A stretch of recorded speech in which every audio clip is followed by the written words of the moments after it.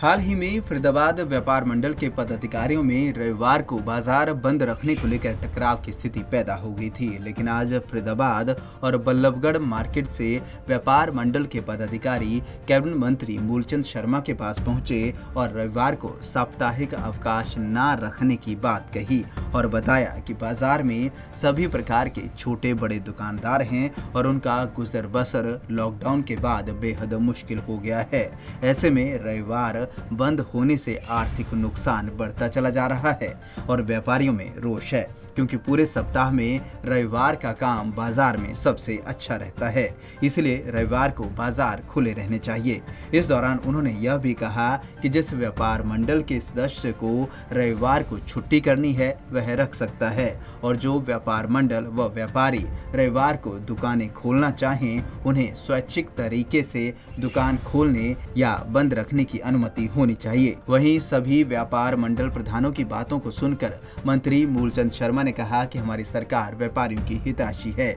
इस दौरान मंत्री मूलचंद शर्मा ने उपायुक्त को फोन लगाकर उनसे इस बारे में चर्चा की और फिर आश्वासन दिया कि व्यापारियों को उनके व्यापारिक संस्थान रविवार को खोलने व बंद करने की इजाजत प्रशासन के दबाव से नहीं बल्कि उनके फैसले पर निर्भर करेगी। मंत्री मूलचंद शर्मा के मुताबिक अब रविवार को भी बाजार खुलेंगे।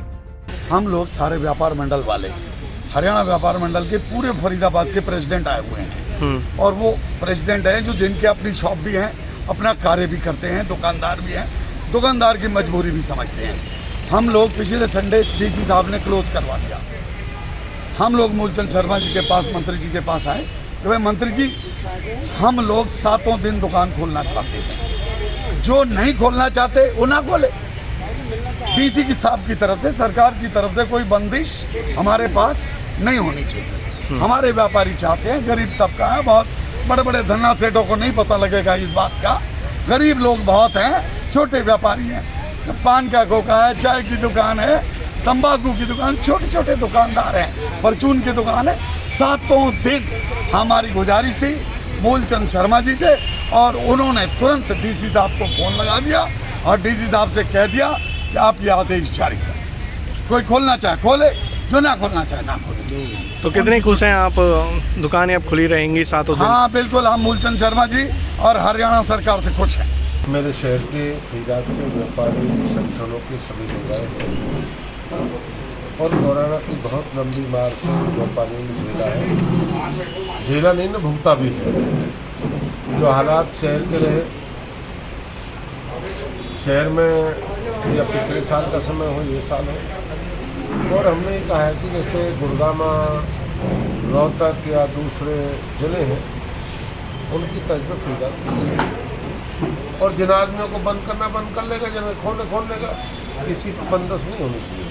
जब मॉल पर बंदिश नहीं है, जब गुड़गांव बंदिश नहीं है, रोहतक में बंदिश नहीं है, पलवल नहीं है, मेवात नहीं, फरीदाबाद में बंदिश भी नहीं होनी चाहिए।